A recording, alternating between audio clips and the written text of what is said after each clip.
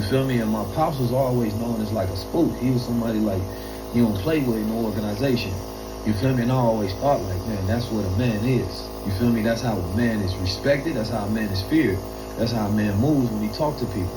Because even my pops growing up as black Muslim, you know, we speak how we speak within a meeting, but when then I see him dealing with white people and he dealing with everybody courteous and respectful. And they loving him. I'm like, that ability where he can like switch different hats. You feel me? Like I'm just observing. He ain't had to sit down and tell it to me, but that's how I am. I'm gifted with observation. So I'm just absorbing from my atmosphere. So I say that because even if you don't have your father, you gotta find a figure to learn from. You know what I mean? So you'll know what a man is. Like my next journey is really teaching the youth. You know what I mean? Just the youth. I want to get to the young men and raise their consciousness. Because when I go across the planet, they be tapped in, they be interested. They be like, man, you really don't raise me to be a man. Because you're giving them an example. And you ain't got to be a perfect man to give an example because my pops wasn't perfect. When I tell people, I don't really, like, everybody probably need help, but I don't really care about helping adults. Not to be so cold. No, I feel you. You understand? But as an adult, we all had a chance to figure things out. Yeah. To make a success out of ourselves or whatever they may be. But as a kid, they don't have that chance. They still young, so I'd rather help them have a more fighting chance than me trying to help a grown person trying to find themselves after losing. Yeah. You understand? And doesn't take away from me from helping so many people, so many grown people. I understand exactly. In my mind, like moving forward, that's what I'm on. Like I want to help the kids. I think everybody should be on that type of time. I mean, again, you're a good-hearted person by nature. You're going to help people. You understand me? Yes. In general.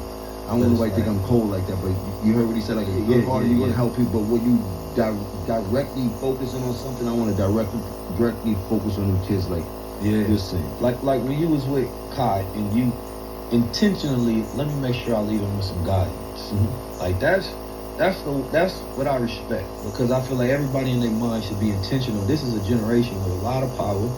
You understand me? A lot of opportunity in front of them, and they are gifted, they are talented, but no matter what, they gonna need guidance, and they gonna need guidance from experience and wisdom. It's a pecking order: is knowledge, wisdom, and understanding, right? And as a young person, you ain't gonna have that understanding yet until you go through some life.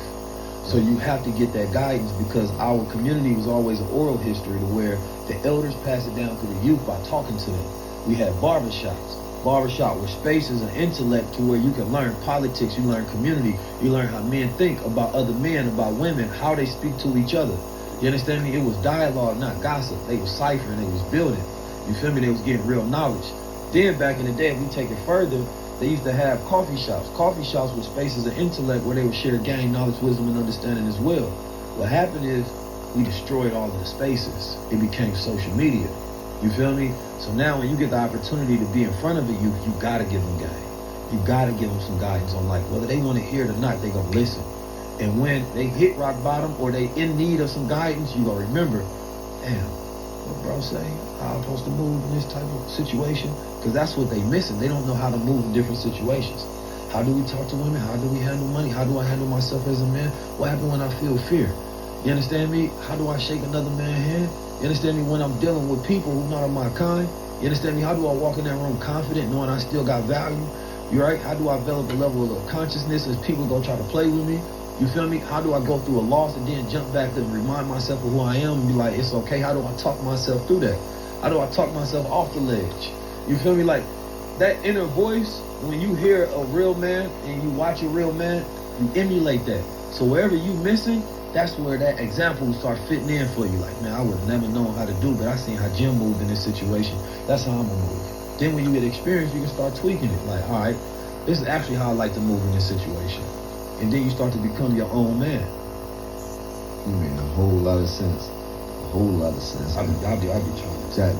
That's what we definitely, that's what the youth needs, is more conversations to be heard like this. Yeah. More people, like you said, to be talking to them like this. Cause I ain't had that conversation coming up. It was just me out on the street, moving and grooving and trying to figure it out every day until I ran into a brick wall and tried to figure it out a whole different way.